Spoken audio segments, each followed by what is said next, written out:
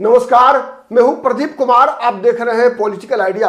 Political idea के आज के इस अंक में आप सभी दर्शकों का बहुत बहुत स्वागत है। मित्रों, कांग्रेस पार्टी की जो बिहार में जो छोटी सी जीत है, ये जीत भले ही छोटी है मित्रों, लेकिन इसके मायने बहुत बड़े हैं। मैंने आपको बताया था मित्रों, कई बार मैंने बताया है अलग अलग वीडियो में कि कांग्रेस पार्टी की सबसे बड़ी समस्या क्या है।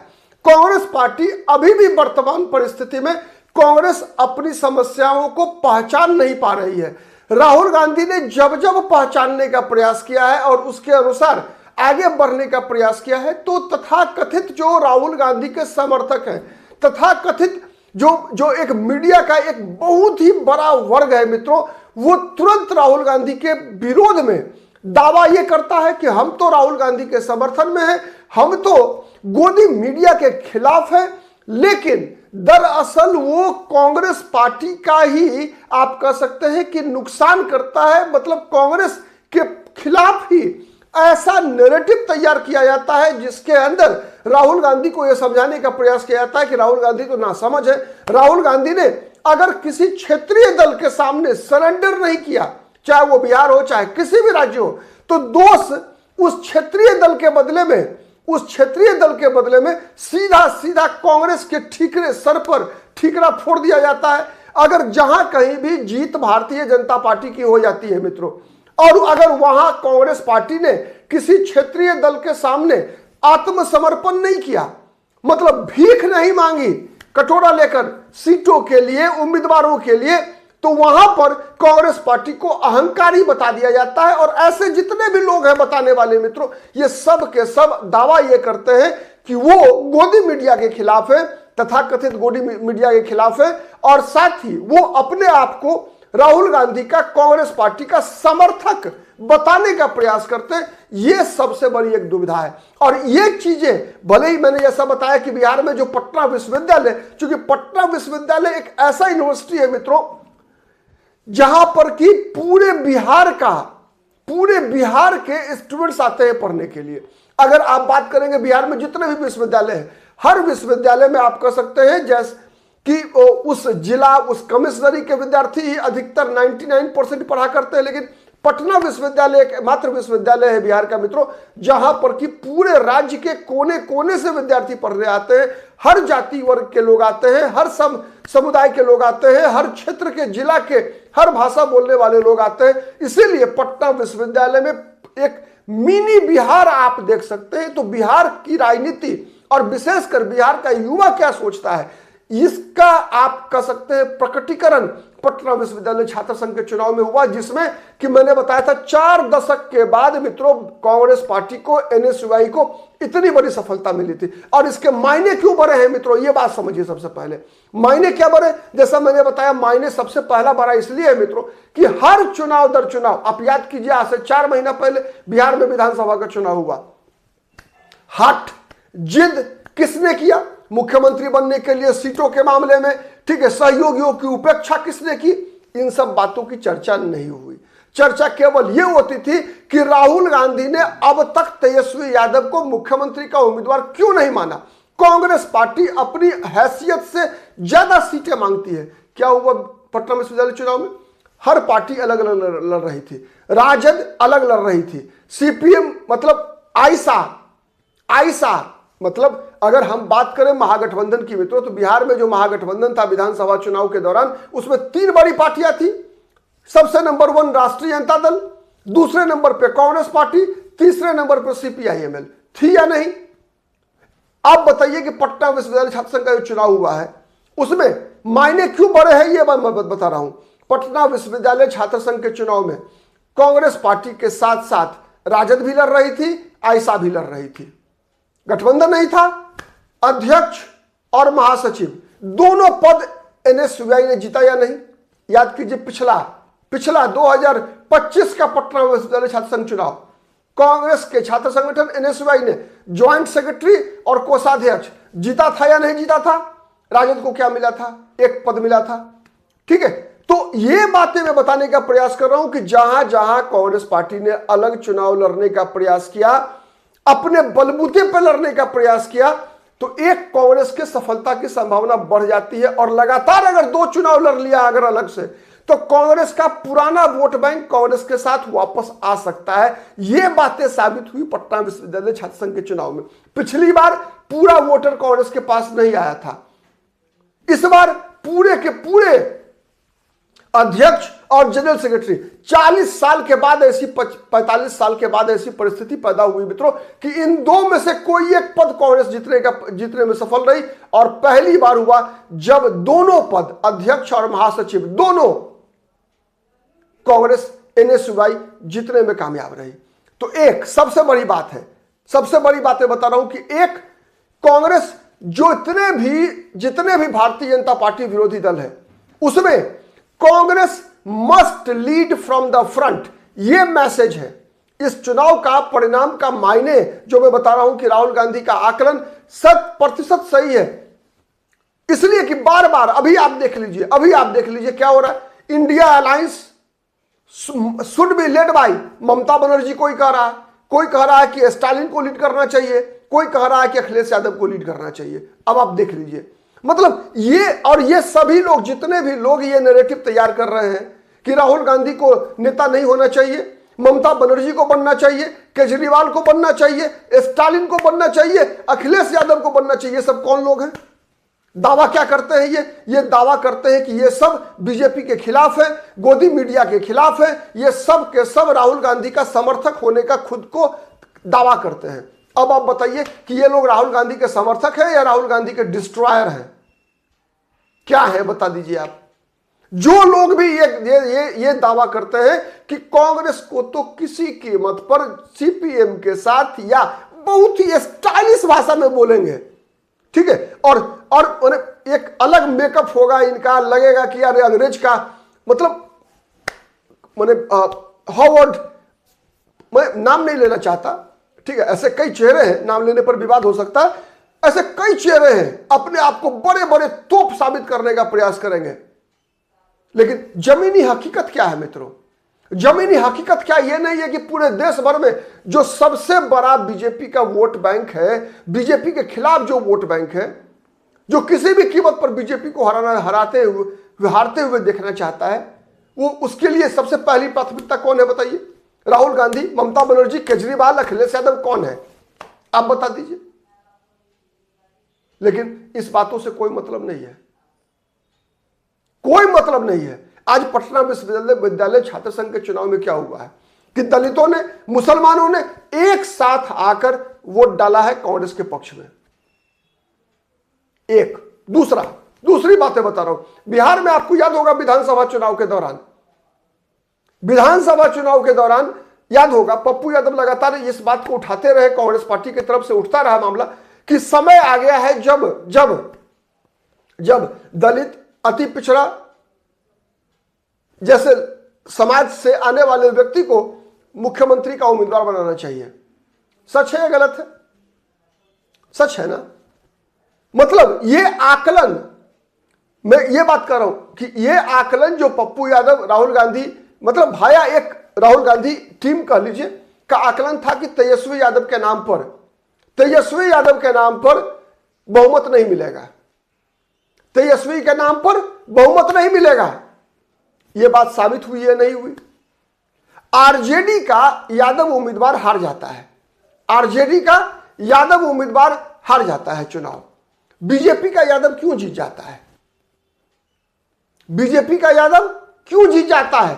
आज एनएसयूआई का यादव भी अध्यक्ष पद पर चुनाव जीता या नहीं जीता? मतलब क्या है इसका? मतलब यह है मित्रों कि यादवों के खिलाफ ध्रुवीकरण नहीं होता, आरजेडी के यादवों के खिलाफ ध्रुवीकरण होता है। क्यों होता है बताने की आवश्यकता नहीं है मित्रों। मैं केवल एक बात बताऊं मित्रों, कहा जाता है कि झूठ की एक आयु होती है, झूठ अफवाह की एक निश्चित आयु होती है, सच छुप सकता है, मिट नहीं सकता, कहा जाता है ना। तो सच्चाई सामने आती है, बार बार एक नैरेटिव राजनीति में गढ़ी क्या जाती है कि लालू यादव के राजनीति में 90 में उदय के बाद से ही यादवों के अंदर जागरूकता आई। सच है ना, बताया जाता है ना, यादवों के अंदर जागरूकता आई। दलितों के अंदर कोई जागरूकता नहीं थी। लालू यादव ने बिहार में दलितों को, पिछड़ों को जागरूक किया है, उनको आवाज दिया है। मेरा सीधा सवाल है, मित्रों बताइए मुझे कि राम लखन सिंह यादव 90 से पहले की राजनीति में यादव जाति से आते थे। राम लखन सिंह यादव को क्या कहकर बुलाया जाता था, ये बताओ यार। जब भी कोई ऐसे लोग कहते हैं कि यादवों को आवाज, अरे यार यादव जगा हुआ समाज है, यादवों को आवाज लालू यादव ने दिया है। आप बताइए कि राम लखन सिंह यादव कौन थे, क्या कहा जाता था उनको? शेरे बिहार कहा जाता था राम लखन सिंह यादव को। राम लखन सिंह यादव को शेरे बिहार कहा जाता था। बीपी मंडल बिहार के मुख्यमंत्री बने थे या नहीं बने थे? दरोगा प्रसाद राय बिहार के मुख्यमंत्री बने थे या नहीं बने थे? आप कहेंगे मुख्यमंत्री कम दिन के लिए रहे, मान लिया कम दिन के लिए रहे, लेकिन यह बात तो साबित हो गई ना कि आवाज जो मुख्यमंत्री नहीं बने राम लखन सिंह यादव, लेकिन शेरे बिहार कहलाते थे या नहीं कहलाते थे? सच है या गलत है? राम जयपाल सिंह यादव, ठीक, ऐसे कई चेहरे, बताने की आवश्यकता नहीं है मित्रों कि बिहार के यादव लालू यादव ने जगाया है, ऐसा नहीं है। आप बताइए एक चीज, लालू यादव के राजनीतिक उदय के बाद 90 के बाद कितने दलित बिहार के मुख्यमंत्री बने हैं भाई? या दलितों का कितना नेता बड़ा नेता बना है दलित का? लेकिन मैं जुड़ा रहा हूं आपको, 90 के बाद आप एक नाम बताइए जो राजनीति में, बिहार के दलित राजनीति में, अति पिछड़ा राजनीति में कोई बहुत बड़ा चेहरा बना हो। बताइए आप 90 के बाद जिसको लालू यादव ने आवाज दिया और वो चेहरा बिहार में दलितों का, अति पिछड़ों का बहुत बड़ा राजनीतिक चेहरा बन गया हो, ऐसा नाम बताइए आप। मैं नाम बताऊं 90 से पहले अति पिछड़ों का सबसे बड़ा आवाज कर्पूरी ठाकुर। ईमानदारी का, सामाजिक न्याय के सबसे बड़े उदाहरण अति पिछड़ा का नेता।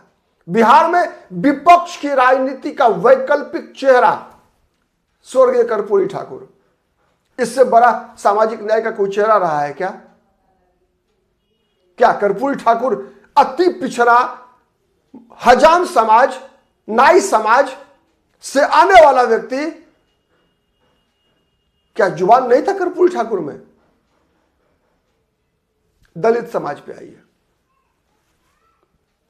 90 के बाद कितने दलित मुख्यमंत्री बने?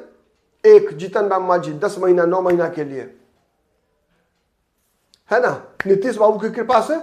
उससे पहले चलिए, पूरे देश भर में सबसे पहला दलित मुख्यमंत्री बिहार ने दिया था भोला पासवान शास्त्री। एक बार नहीं, 3 बार। सच है या झूठ है? भोला पासवान शास्त्री, विद्वान भोला पासवान शास्त्री उनकी उपाधि थी। जानकारी के लिए बता रहा हूं, नई पीढ़ी के लोगों को शायद नहीं पता होगा। डॉक्टर भोला पासवान शास्त्री 3 बार बिहार के मुख्यमंत्री बने, दलित समाज से आते थे। स्वर्गीय रामसुंदर दास दलित समाज से आते थे, बिहार के मुख्यमंत्री बने। और यही रामसुंदर दास को जनता दल के लिए, विधायक दल के लिए जो मतदान हुआ था नेता चुनने के लिए, हराकर, रामसुंदर दास को हराकर लालू यादव मुख्यमंत्री बने थे। लालू यादव मुख्यमंत्री बने थे किसको हराकर? रामसुंदर दास को हराकर। और हराने के लिए उपयोग किसका किया था? रघुनाथ झा का। सच है या गलत है? रघुनाथ झा का इस्तेमाल करके, रघुनाथ झा को शिखंडी की तरह इस्तेमाल करके, चंद्रशेखर पूर्व प्रधानमंत्री के सहयोग से स्वर्गीय रामसुंदर दास के खिलाफ साजिश करके लालू यादव मुख्यमंत्री बने थे। सच है या गलत है? सच है ना? वही बात मैं बता रहा हूं, फिर शुरुआत करते हैं वही से। पिछले वर्ष बिहार में विधानसभा चुनाव के बाद, होली से पहले के दिनों में, साल भर होने जा रहा है मित्रों, कांग्रेस पार्टी ने अपना प्रदेश अध्यक्ष बनाया राजेश राम को। और उस राजेश राम के खिलाफ कितनी साजिश की गई बिहार में, बताइए। चुनाव, विधानसभा चुनाव से पहले भी, चुनाव के बाद भी। राजेश राम को हराने का प्रयास सफल हो गया या नहीं हो गया? बिहार में कांग्रेस पार्टी के विधायक दल के नेता शकील अहमद खान को हराने की साजिश सफल हो गई कि नहीं हो गई? क्यों सफल हुई? किसने सफल किया? और ऐसे लोगों के सामने भी क्या राहुल गांधी को सरेंडर कर देना चाहिए? और राहुल गांधी ने मान लीजिए सरेंडर कर दिया, मीडिया के ऐसे लोगों के कहने पर, तथाकथित समाजवादी होने का दावा करने वाले ऐसे नेताओं के कहने पर, जो चाहते थे कि राहुल गांधी नाक रगड़ ले, तेजस्वी यादव के पैर के नीचे राहुल गांधी ने तय किया, अशोक गहलोत को भेज दिया, जाइए मुख्यमंत्री का चेहरा घोषित कीजिए, तेजस्वी यादव की इच्छा पूर्ति कर दीजिए।